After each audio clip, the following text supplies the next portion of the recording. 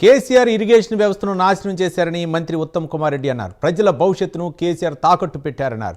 కాళేశ్వరంతో తెలంగాణకు కేసీఆర్ చేసింది సున్నా అని, కాళేశ్వరం తెలంగాణకు గుండె అన్నారు.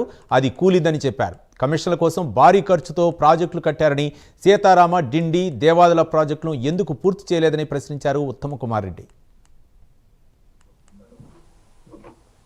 మాజీ ముఖ్యమంత్రి ప్రతిపక్ష నేత కేసీఆర్ గారు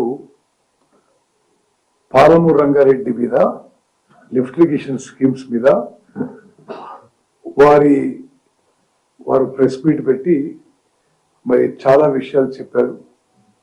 అందులో ఎక్కువ శాతం 90% అబద్ధాలు, అసత్యాలు మాట్లాడడం. అది ఒక మాజీ చీఫ్ మినిస్టర్గా 10 years చీఫ్ మినిస్టర్ ఉండి మరి ఈ విధంగా ఇరిగేషన్ విషయంలో అయితే పచ్చి అబద్ధాలు మాట్లాడాడు.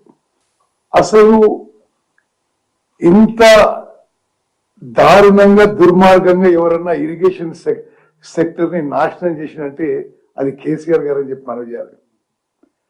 అంటే మనందరినీ, మనని, మన పిల్లల్ని, వాళ్ళ పిల్లల్ని తాకట్టు పెట్టి 1,00,000 కోట్లు అప్పు తీసుకొచ్చి ఆ వడ్డీ భారం మన మీద పోపి నామమాత్రం ఆయకట్టు వచ్చింది. అది కాకుండా బహుశా ఎవరు కూడా తాను కట్టిన కాళేశ్వరం ప్రాజెక్టు గుండెకాయని వాళ్లే వర్ణించారు. ఆ బ్యారేజెస్ కూలిపోయినాయి. ఆ బ్యారేజెస్ కూలిపోవడానికి మాజీ ముఖ్యమంత్రి కారణమని ఒక సుప్రీంకోర్టు జడ్జు మరి ఆయన రిపోర్ట్లు ఇచ్చిన తర్వాత ఇరిగేషన్ లో మళ్ళీ మాట్లాడుతున్నారంటే మరి ఏ విధంగా వర్ణించాలో తెలంగాణ ప్రజలు ఆలోచన చేయాలి. మేము అధికారంలో వచ్చిన తర్వాత సుమారు పాలమూరు రంగారెడ్డి ప్రాజెక్టు మీద 7,000 కోట్లు ఖర్చు పెట్టినము. పాలమూరు రంగారెడ్డి ప్రాజెక్టుతో సహా ఉమ్మడి మహబూబ్నగర్ జిల్లాలో కల్వకుర్తి, నెట్టెంపాడు, భీమా, కోయిల్ సాగర్ ప్రాజెక్టులు పూర్తి చేయడానికి కట్టుబడి ఉన్నాము. మేము 90% పూర్తి చేసినామంటే ఇది లెక్కలు. ఒక్కెకరం కూడా ఆయకట్టు ఇవ్వకుండా మరి 90% పూర్తి చేస్తారని పెద్ద మనిషి అంటున్నారు. DPR Palamuru Rangareddy detail project report కేంద్ర ప్రభుత్వం 12 ఏప్రిల్ 2023లో రిటర్న్ చేసింది. అప్పుడు ముఖ్యమంత్రి ఎవరు? కల్వకుంట్ల చంద్రశేఖరరావు గారు. ఇరిగేషన్ మంత్రి ఎవరు? కల్వకుంట్ల చంద్రశేఖరరావు గారు. మరి ఆ రోజు వాళ్ళ ప్రభుత్వంలో రిప్లై ఇచ్చారు. మరి ఆ తర్వాత టర్మ్స్ ఆఫ్ రెఫరెన్స్ కింద ఫర్దర్ టర్మ్స్ ఆఫ్ రెఫరెన్స్ కింద Godavari diversion water Krishna water dispute tribunal కింద పేర్కొనబడింది.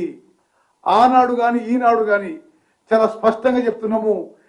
దేవాదుల ప్రాజెక్టు ఎన్నో ఏళ్ల నుంచి పురోగతిలో ఉంది, ప్రోగ్రెస్ లో ఉంది. 10 ఏళ్ళు అధికారంలో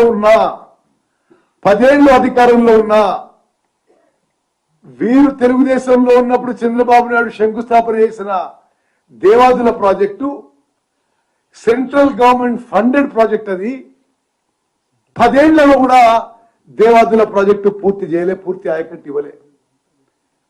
అక్కడ ప్రాణహిత చేవెళ్ల ప్రాజెక్టు అబాండన్ చేసి రాష్ట్రానికి నష్టం చేసింది.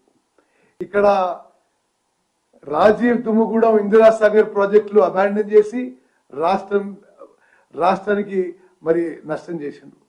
దేవాదుల ప్రాజెక్టు మరి 10 ఏళ్ల పాటు అధికారంలో ఉండి విచ్చలవిడిగా అప్పులు తీసుకొచ్చి 1,00,000 కోట్ల అప్పులు తీసుకొచ్చి కూడా పూర్తి చేయలేదు.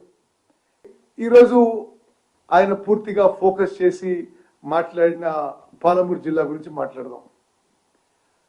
అప్పటికే పెండింగ్ లో ఉన్న, ఆయనే అన్నాడు, పెండింగ్ లో ఉన్న ప్రాజెక్టులు కల్వకుర్తి, నెట్టెంపాడు, భీమా, కోయిల్ సాగర్ ఎందుకు పూర్తి చేయలేదో కేసీఆర్ గారు సమాధానం చెప్పాలి మహబూబ్నగర్ ప్రజలకు అని చెప్పి అడుగుతున్నా. అదేవిధంగా ఎస్ఎల్బిసి ఎందుకు పూర్తి చేయలేదో మరి నల్గొండ ప్రజలు అడుగుతున్నారు. డిండి ప్రాజెక్ట్ ఎందుకు పూర్తి చేయలేదో నల్గొండ ప్రజలు అడుగుతారు. మీరు శంకుస్థాపన చేసి ఎక్కడెక్కడ నాగార్జున సాగర్లో, మిర్యాలగూడలో, దేవరకొండలో, హుజూర్ నగర్లో మీరు మరి పెద్ద ఎత్తున ఎలక్షన్స్ కి 2 ఏళ్ల ముందు శంకుస్థాపన వేసి 1.5 years లో పూర్తి చేస్తా అన్న లిఫ్ట్ ఇరిగేషన్ స్కీమ్స్ ఒక్కటన్నా పూర్తి చేసిండ్రా? ఒక్కటి కూడా పూర్తి చేయలేదు. మేము ఆ పనులు టేకప్ చేసి ఇప్పుడు పూర్తి చేసే పనిలో ఉన్నాము. పాలమూరు రంగారెడ్డి ప్రాజెక్ట్ లో కేసీఆర్ గారు ఒక్క ఎకరం ఉన్న ఆయకట్టు ఇచ్చిండ్రా? మీరు ఇవ్వలే. 27,000 కోట్లు ఖర్చు పెట్టి ఒక్క ఎకరం ఆయకట్టు ఇవ్వలే. సీతారామ ప్రాజెక్ట్ కి 8,500 కోట్లు ఖర్చు పెట్టి ఒక్క ఎకరం ఆయకట్టు ఇవ్వలే. కాళేశ్వరం ప్రాజెక్టు 1,00,000 కోట్లతో కట్టి బ్యారేజీలు కూలిపోయినాయి.